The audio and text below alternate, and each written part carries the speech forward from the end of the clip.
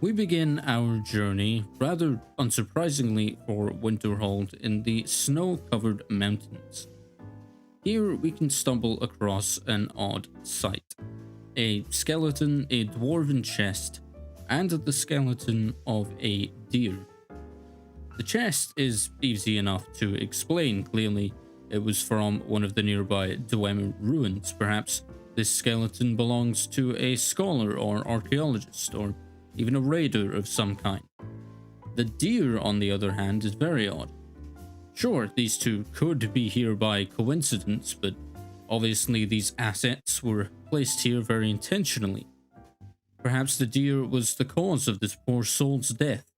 Perhaps it was a pet or charmed ally and they were killed by a predator. That would certainly explain the lack of meat on these bones, assuming they're not old enough to have simply decomposed, something that is even less likely in these sub-zero conditions. Either way, we're getting some free loot out of it. Next up, we have a far more obvious scene. We find ourselves looking at a cart and its owners who have clearly been the victim of a rock slide or avalanche. The dangers of the mountains truly know no bounds. However, there is at least a small bit of silver lining here. There's the free enchanting skill book lying here just ready for the taking. Next up, we have an unassuming cap.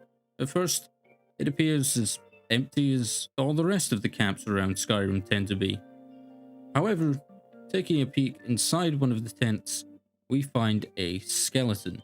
Once again, most likely picked clean by the predators that call the mountain home. However, the real question remains: what happened to the owner of the second tent? Did he try and make his escape from the doomed camp? Did he perhaps leave after eliminating our friend here whilst up in the middle of nowhere? Another mystery to add to the collection.